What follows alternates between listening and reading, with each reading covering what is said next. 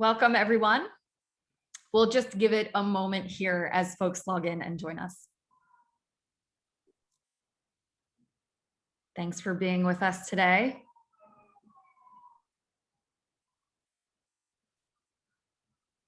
I have some sirens behind me in the city of Philadelphia, so hopefully you can't hear all those.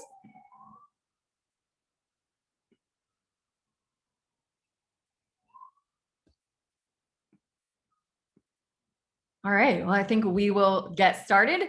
Well, welcome everyone. Thank you so much for joining us for our core partner webinar on Emerging Futures 2.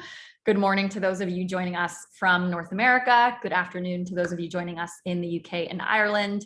Very pleased that you could be with us today. My name is Ellie Butler, and I am head of marketing for North America at IDP Connect.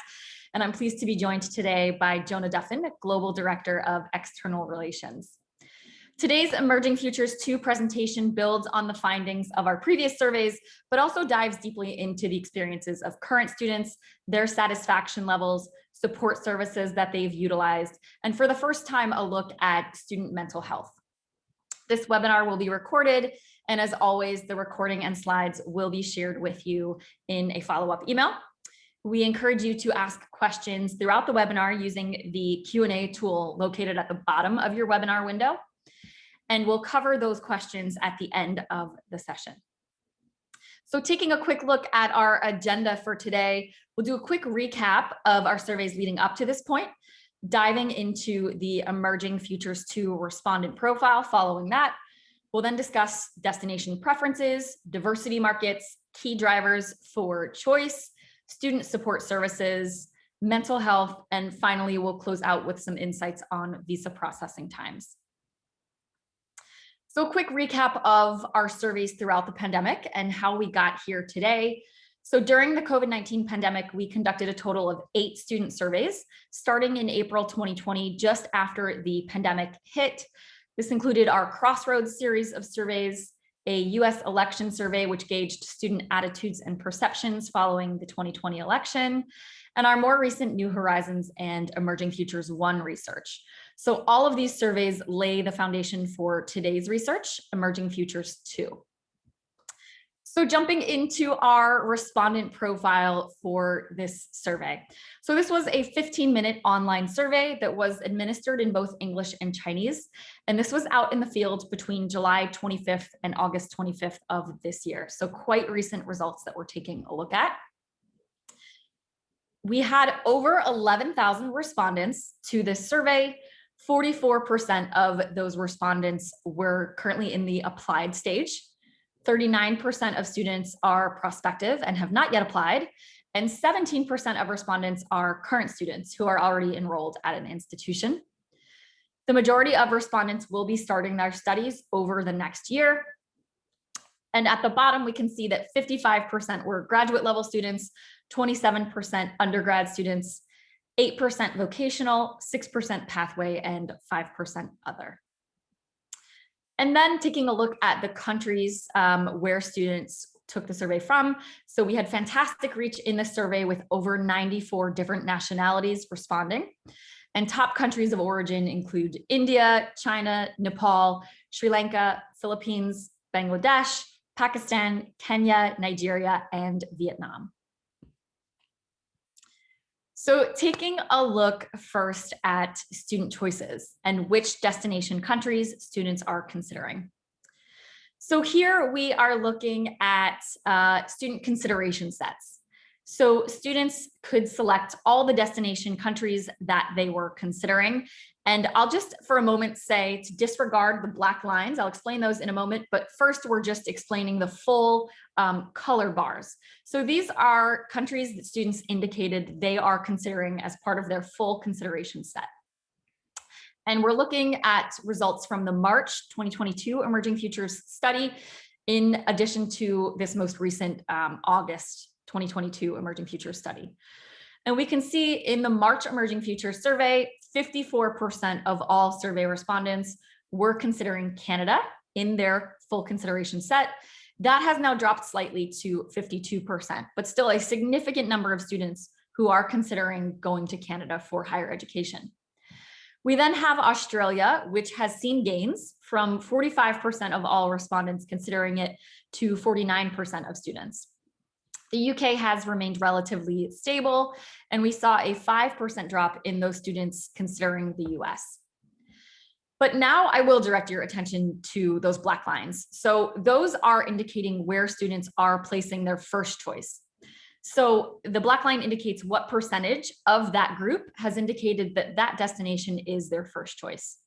So you can see that even though the number of students considering Canada has dropped ever so slightly, the percentage of those students within that indicating that Canada is their very first choice has increased by 2 percentage points.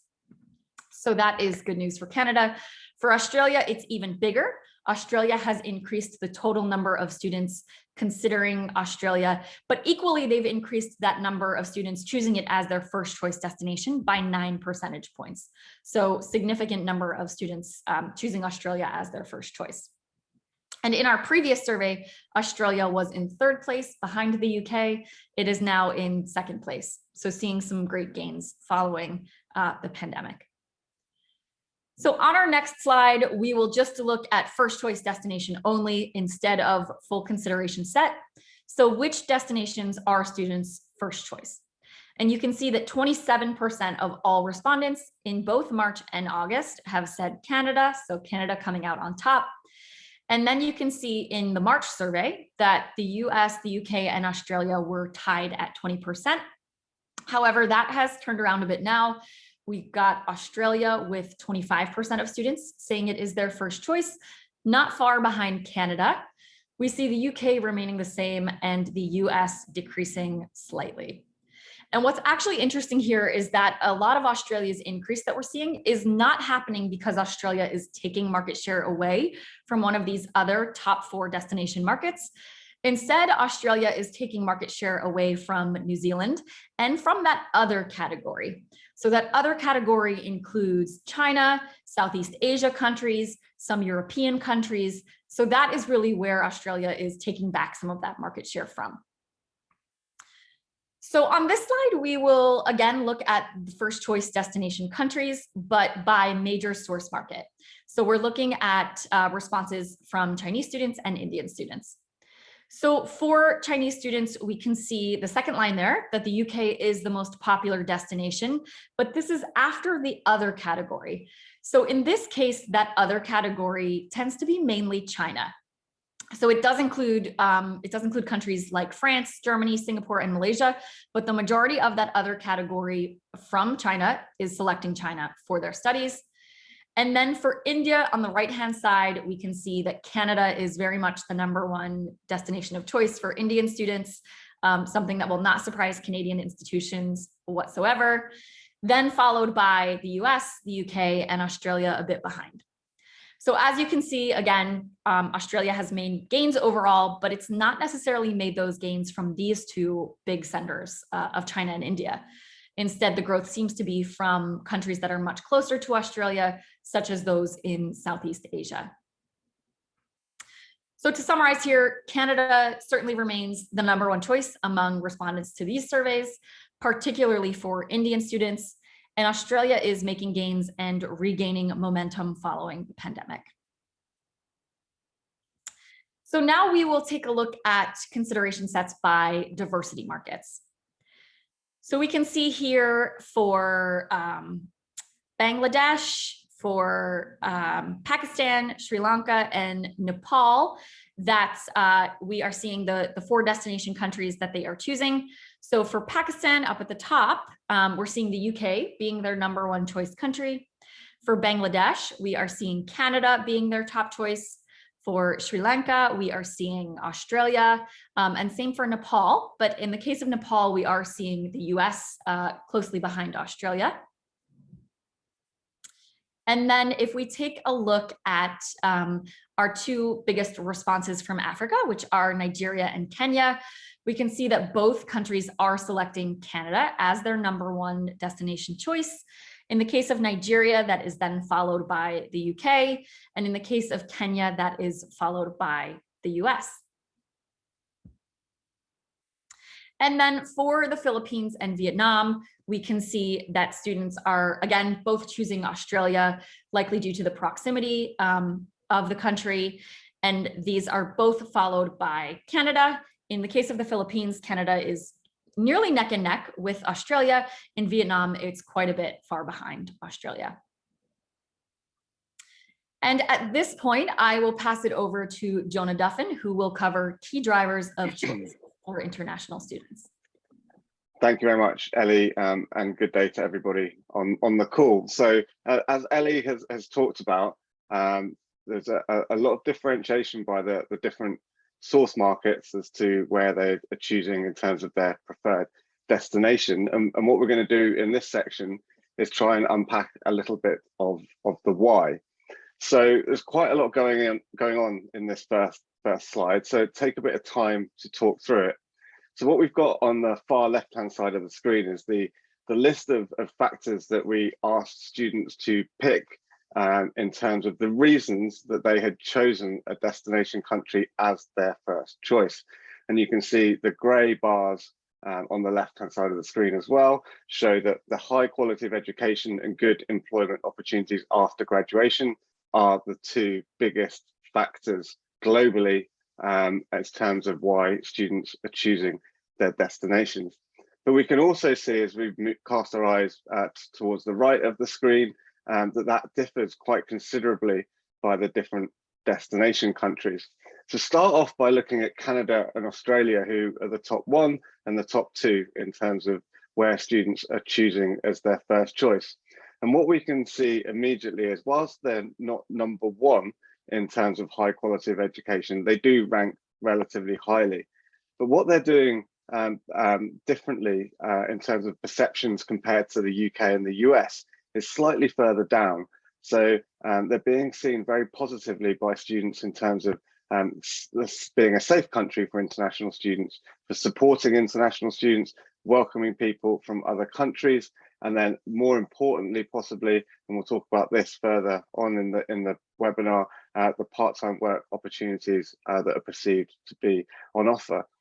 So to sort of summarize the Canada and Australia, it's a well-rounded perception, but ultimately on what we might term slightly softer metrics, they're seen very positively compared to the UK and the US, who are seen very positively in terms of high quality of education and the fact that the institutions are attractive, but they haven't got, in the UK's case, the same high score for graduate employment opportunities or the same perception of being as welcoming and supportive of international students upon arrival. So just to sort of summarize what we're seeing from that slide with all that data on there, the high quality of education and the good employment opportunities after they graduate are the two most important factors in students choosing which country they want to study in. And we've seen that throughout all of the surveys that we've been carrying out over the last two and a half years. So in this latest Emerging Futures 2, we've decided to look at that in more detail and try and understand what students mean and how they are evaluating these two key criteria, which we'll do on the next slide. So first of all, we'll track where students are perceiving these important aspects. So in terms of quality of education, on the left of the screen, you can see that since the last survey in March this year, we haven't really seen any change in terms of how students are perceiving quality of education for Australia. But we do see graduate employment opportunities decreasing quite dramatically in terms of the levels of this scale for all of the countries, with the exception of Australia, where there's only been a very slight decline in perceptions. And then in terms of welfare for international students, again, no real change throughout the last two surveys. So let's have a look at that in more detail in terms of quality of education. So we asked students how they evaluate a high quality of education. And quite interestingly, they say, in the highest percentage say, it's the graduate employment rate, which they feel is the key factor in evaluating whether it's a high quality of education or not. So is the quality of education going to get them the job that they require at the end of their degree? And that sits quite significantly above what I would have guessed would have been the key factors, which is institution ranking, and then you've got things like facilities available to students and the quality of academic staff. So that high quality is actually being evaluated not on an academic criteria, but on the employment rate after they graduate. So on this slide, we're looking at how are good employment outcomes evaluated. And it actually reverses compared to the previous slide. So they're using the academic reputation of the institution to evaluate the good employment outcomes. And that sits above things like post-study work rights and a published graduate employment rate where there is one available. So my reading of this is that at the moment, there isn't the data available for students to be able to understand what a good employment rate is, how it benchmarks, or in fact, what the employment outcome rate is. And so as a proxy, they're using the academic reputation of the institution. If we move on to the next slide, we can look at what information sources students are using to evaluate a high quality of education. And probably unsurprisingly this time, we've got world university rankings, and then we've got advice from counsellors or education agents. And that's worth saying for that second orange bar, that differs quite considerably depending on the destination country and also on the source country. So it tends to be for Canada and for Australia, the advice of the counsellor or education agent is a much stronger factor than the US and the UK. And then for source country, for students from South Asia, it tends to be a much more important factor than it is, say, for Chinese students who are much more rankings focused. So to summarize those key drivers, so high quality of education, good employment outcomes, as we've seen throughout the surveys, are the key factors in students choosing which country they want to study in.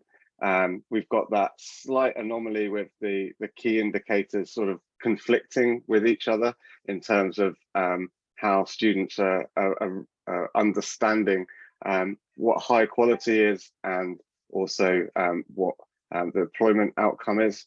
And that increased interest from Australia is being driven by perceptions of safety, supportiveness, and welcoming destination, and also importantly those good part-time opportunities that are available to them.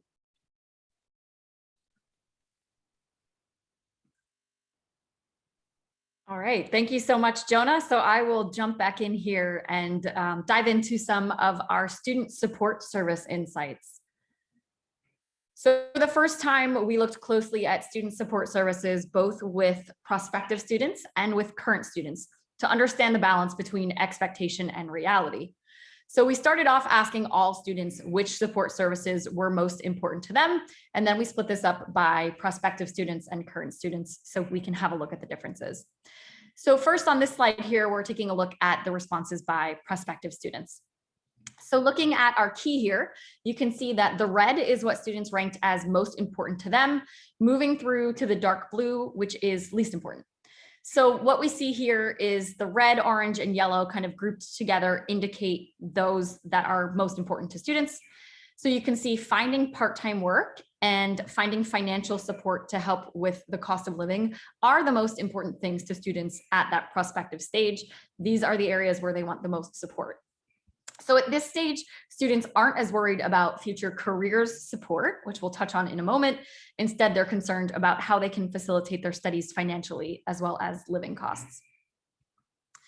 On our next slide, when we look at current students, we can see that their concerns are a bit different in terms of what's important to them. So careers advice post-graduation is the most important thing. They're looking ahead to career support, followed by study skills support that they need to be successful in their classes today. And that's not to dismiss the importance of finding part-time work and financial support. They still need that, but it's just been overtaken by study skills and career support. So we then asked students what are their awareness levels of the availability of these support services. So we asked this question to students who have already applied or current students who are already at an institution to gauge their awareness levels for their current institution. And what we found that there actually is really high awareness for most of these services. So students do understand what's available to them and how to access these services. The only areas where there is a slight concern is around the things that they said are most important to them. So over a third are saying that they're not aware of how they can find support in locating part-time work or support with the cost of living. However, when it comes to things like study skills support and careers advice post-graduation, there are a really high number of students saying that they are aware of it, they know it exists. So a really positive set of results here. So we just need to be aware that as students are moving into the applicant and offer stage, what's most important to them are the two things that they're actually not necessarily being made aware of. So for institutions, it's worth asking, does my university or college have support available for international students in these areas?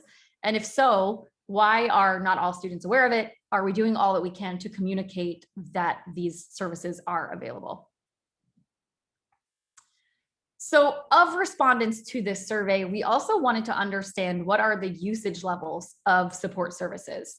So here we're looking at the percentage of respondents who say that they have used these services at their institution. Coming out on top is that study skills support, as well as assimilation related support services, such as pre-arrival orientations and post-arrival orientation programs.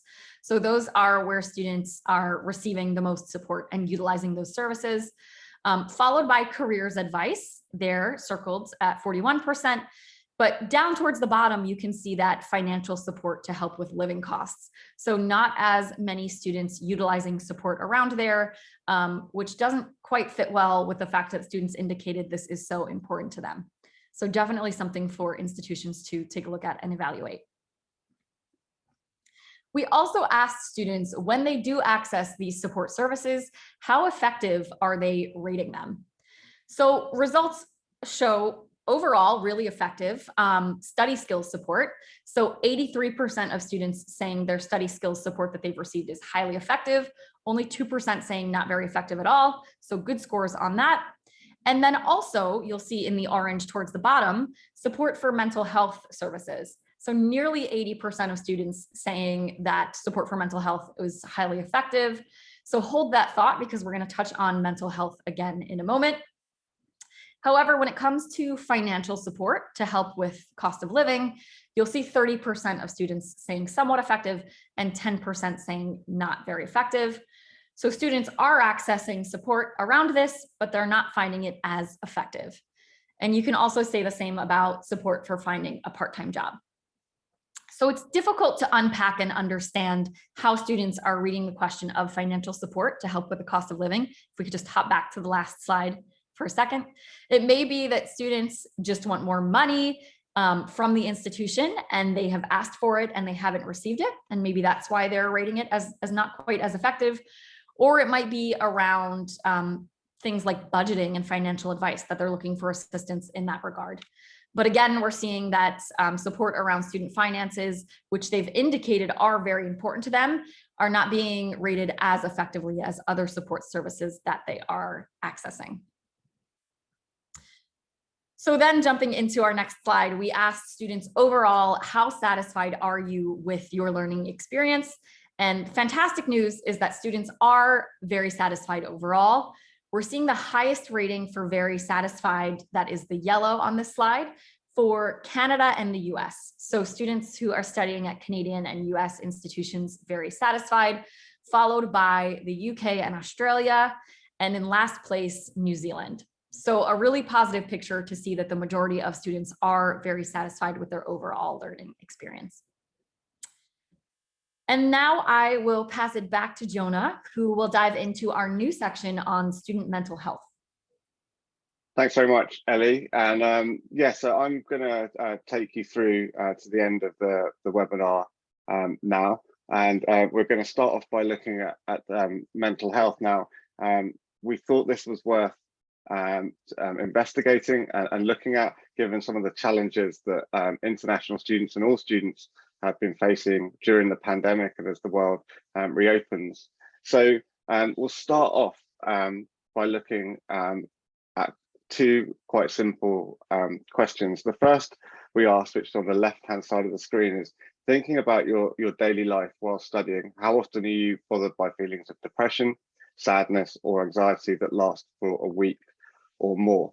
And we had 77% of respondents who are current students say that sometimes, often, or always they had those feelings. We then asked them during their studies how frequently their mental health has affected their ability to study. It's a tiny bit lower than the previous question, but still relatively high, with just under 50% saying sometimes, 17% saying often, and 6% saying always. Now, before we look at these in more detail, I think it's worth referring back to some of the findings that Ellie just looked at in terms of student support services. When it came to usage of support services, we were able to see that 26% of current students who responded to the survey said they had accessed mental health support whilst studying. And that correlates to some extent with the numbers of students we're seeing here who are saying that they always or often have had mental health that has affected their ability to study. So it's a correlation in the numbers, and I think it's just important to recognize that, and also to recognize that when they did access that support service to support their mental health, that we had nearly 80% saying that it was highly effective. So to summarize just this first slide, that there are high numbers here, but if we delve more into the data, there is signs that students are seeking the support whilst studying.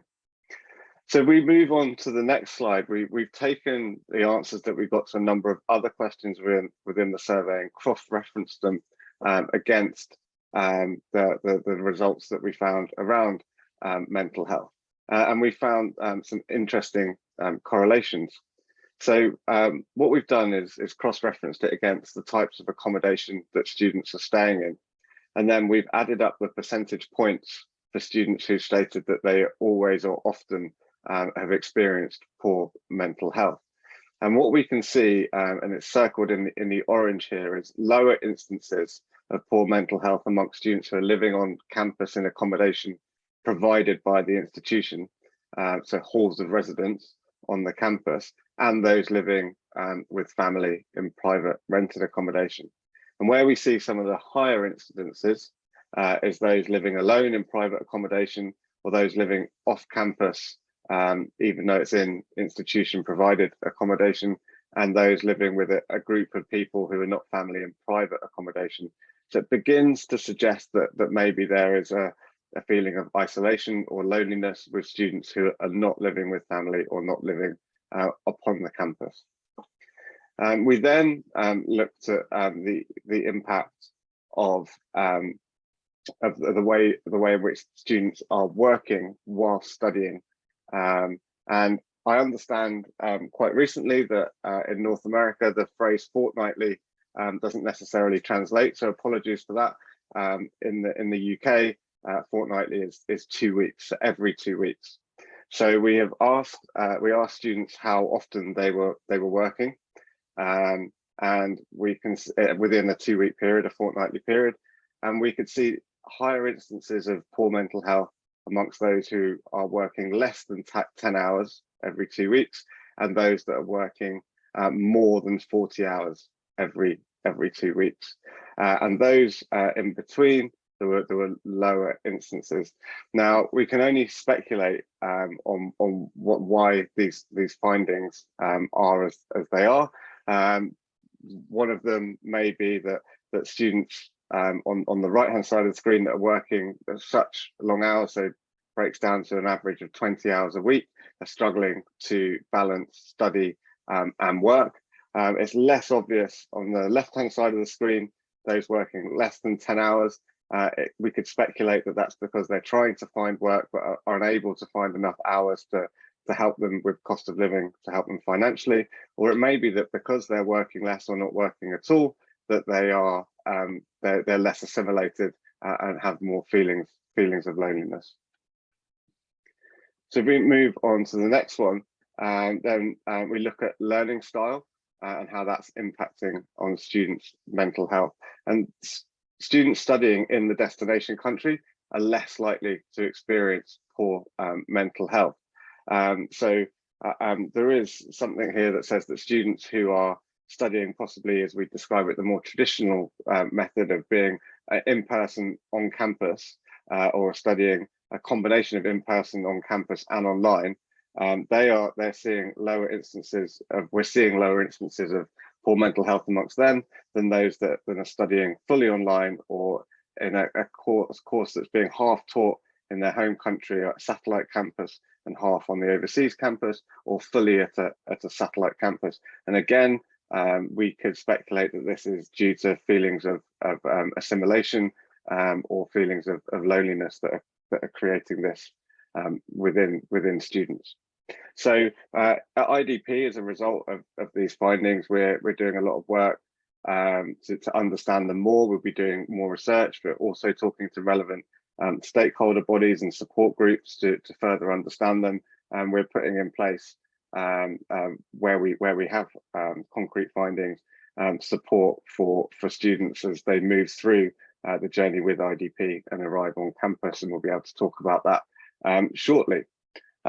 So just to summarize this whole section, talking from what Ellie has presented and what I've presented, we can see that careers advice and financial support with living costs are considered to be the most important support services by students. And overall, there's a really strong awareness of what's available to students, both prospective students and current students. But what we're seeing is, whilst the awareness is there, it's not always the engagement with the services that they deem to be the most important to them. We also saw that over 3/4 of students, current students, have experienced some form of poor mental health, which has impacted on their ability to study. And we're going to talk now about visa processing and go on to the next section. So I won't spoil that quite yet. So visa processing. So we understand that there's been quite a lot of delays across many of the different destination countries this year.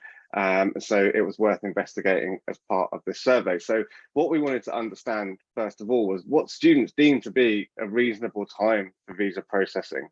And we've got there over 2/3 of students, so 67% believe that the visa should be processed in no more than 4 weeks. And you can see that global average there, the grey on the left-hand side of the screen, and it doesn't really differ across the different destination countries. The vast majority of students think that 4 weeks is the reasonable time in order to get their visa. But because we've got that 17% of respondents who are current students, we were able to ask, well, in reality, how long did it take you to receive your visa? And on the next slide, we have the results of that. So globally, you can see the orange box there on the left-hand side. Half of students received their visa within what they deem to be a reasonable time, 51%. And that was hit by Australia, by UK, and to a lesser extent by the US. But what you can also see is that for Canada, 36% of students, so over 1/3 of students, were waiting more than 10 weeks for their visa, and you can see that only 15% of those students who went to Canada received their visa within what they deemed to be that reasonable time of 4 weeks. So if we move on to the next slide, we then wanted to understand whether this was having an impact on student choice and where they wanted to study. So would delays in visa processing lead to them looking to change destination? And I think it's first of all worth saying that a real significant number of students said that they wouldn't consider changing. So Canada actually had the largest number. So 34% of students looking to go to Canada said that they wouldn't change their destination given visa delays, and lower numbers for the other destination markets. But we do see on a global average in that orange box that 58% of students, so it is over half of students globally said that they would look to change destination if the visa took more than 4 weeks to be processed. So I think just to go to that summary now, delays in visa processing does present a risk in terms of student recruitment, with that 58%, nearly 60% of students open to considering a change in destination country if the visa takes more than 4 weeks, and seeing that last year for a lot of the current students who filled in this survey, they did see extensively longer than 4 weeks in which to see their visa processed. So we're coming to the end now, and I'm just going to try to summarize the vast amount of information that we've given you over the last half an hour, 40 minutes. This will be available as a recording, and also I advise everybody to go into the My IDP Connect and have a look at the dashboards, which will be published and available to you by Monday, and have a look for yourself at some of the key findings. But to try to summarize the key takeouts, with all of these borders now open, we can see that there are attractive post-study work policies across all of those key destination countries that we're monitoring. But at the same time, as many people, or all of you on the call be aware, countries are facing quite a lot of instability, both socioeconomic and in terms of labour markets, and students are really having to try to navigate that and navigate the sort of post-pandemic world. And that's why we're seeing, I think, that flow towards students being attracted by countries that are able to show that they're supportive and welcoming of international students, but that they're also able to provide them with part-time jobs whilst they're studying, and that they have some certainty of a job upon graduation. And I think that's why we've seen an increase in the number of students looking to go to Australia, and also we should be seeing an increase because it has been closed as a destination country during the pandemic. But I think it's also worth reiterating that Canada remains the top destination, with over a quarter of respondents selecting it as their first destination of choice. And then there's just a small drop in interest in the US as well, and the UK remains relatively stable in terms of the levels of demand.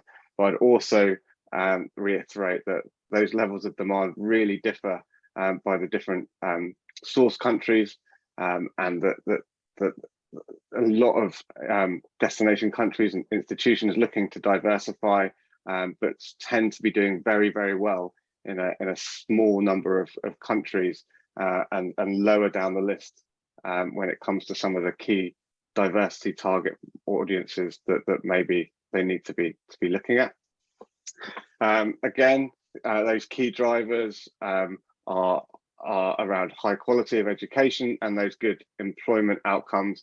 But as I've said, being countries that can display and show that they're safe, supportive and welcoming, I think will continue to do well and be seen as attractive to students, given the sort of socioeconomic places that we are in the world. And then in terms of student support, I think whilst there are some challenges around students feeling isolated and the levels of mental health that we've seen in the survey. There were also some really positive findings in terms of students' awareness of the students of the support services available to them, and the expectations being met as they access those support services. So some real positives there as well, but would suggest that institutions and destination countries do need to do more to be able to help students to secure postgraduate outcomes, but also to help them financially, especially with finding part-time jobs when they arrive on campus. And with that, I will stop talking, and I encourage anybody who wishes to use the Q&A function within Zoom to ask any questions. We've got just over 15 minutes to answer any questions. Thank you so much, Jonah. All right, so diving into the Q&A tool, as Jonah mentioned, feel free to throw any questions that you have into there. I see we do have a question asking how you feel it is best to communicate high quality education to prospective students, especially in cases where there aren't necessarily quantifiable rankings to lean on. So it's a good question, and I think that's kind of why we wanted to ask the question of students. And if I'm allowed to say something that probably isn't necessarily realistic, I think if students are using the employment outcomes as almost like a proxy for quality, that actually they see quality in an institution's ability to help them to get a job at the end of their study, then should there be more internationally benchmarked or at least published post-graduation employment outcomes data that students can use in order to help make that judgment.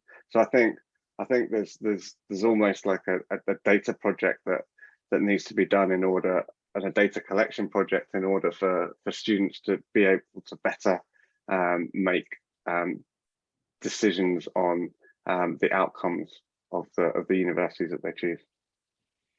Yeah, I agree, Jonah. It's an interesting prospect. And I will also add just completely anecdotally, I remember when I was in the college search process a few years ago, that I was looking closely at job placement ratings as well as accreditations that the school had for certain programs, business schools, that sort of thing. So I think through things like that, you can communicate a high quality of education to prospective students, and students judge based on a number of factors beyond just rankings. Yeah, and I think it's also we look at what students said in that answer to how they're evaluating high quality education.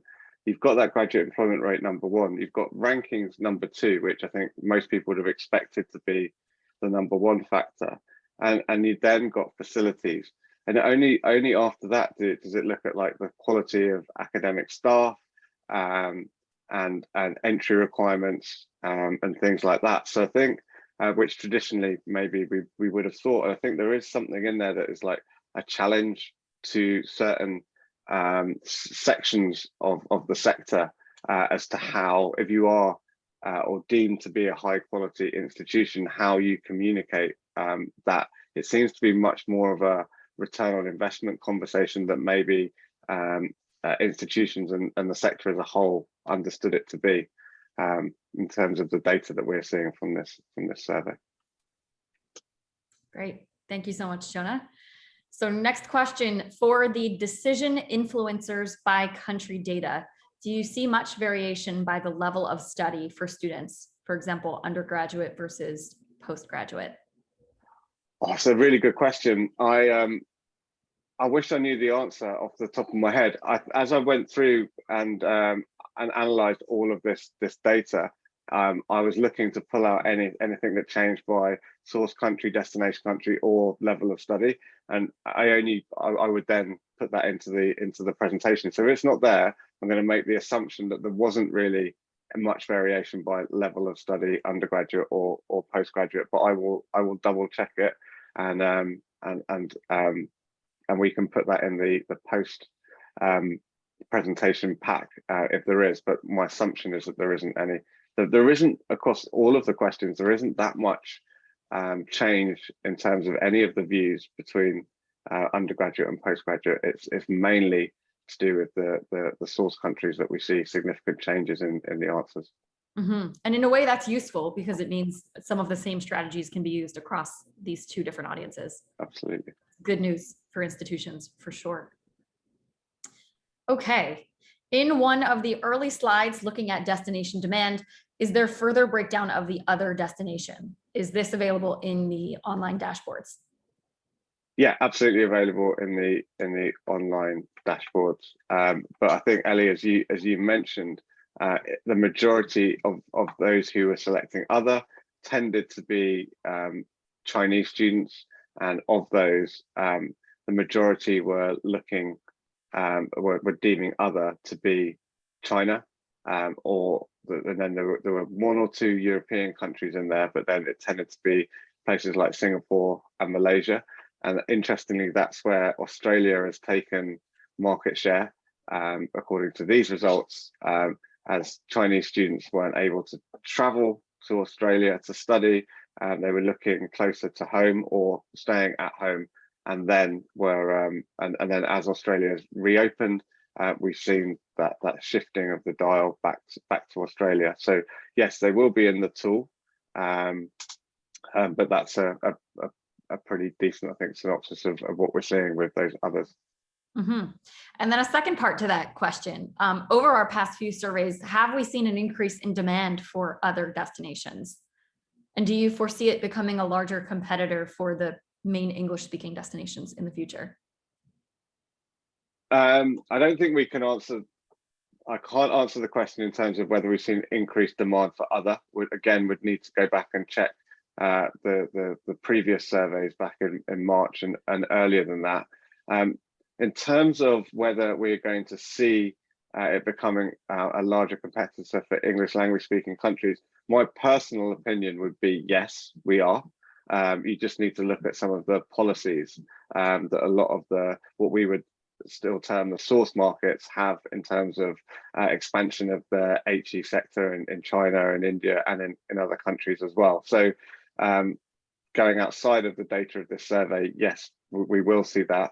In terms of the data itself, I think we need to wait and see. To me, what we're seeing in this Emerging Futures survey is as a result of, first of all, the retraction in the attractiveness of Australia due to the closed borders, and then a bounce back as the borders reopened in Australia. So we need to give it more time to see whether it's almost like a natural correction, or if that's something that is actually going to be much more of a theme going forward.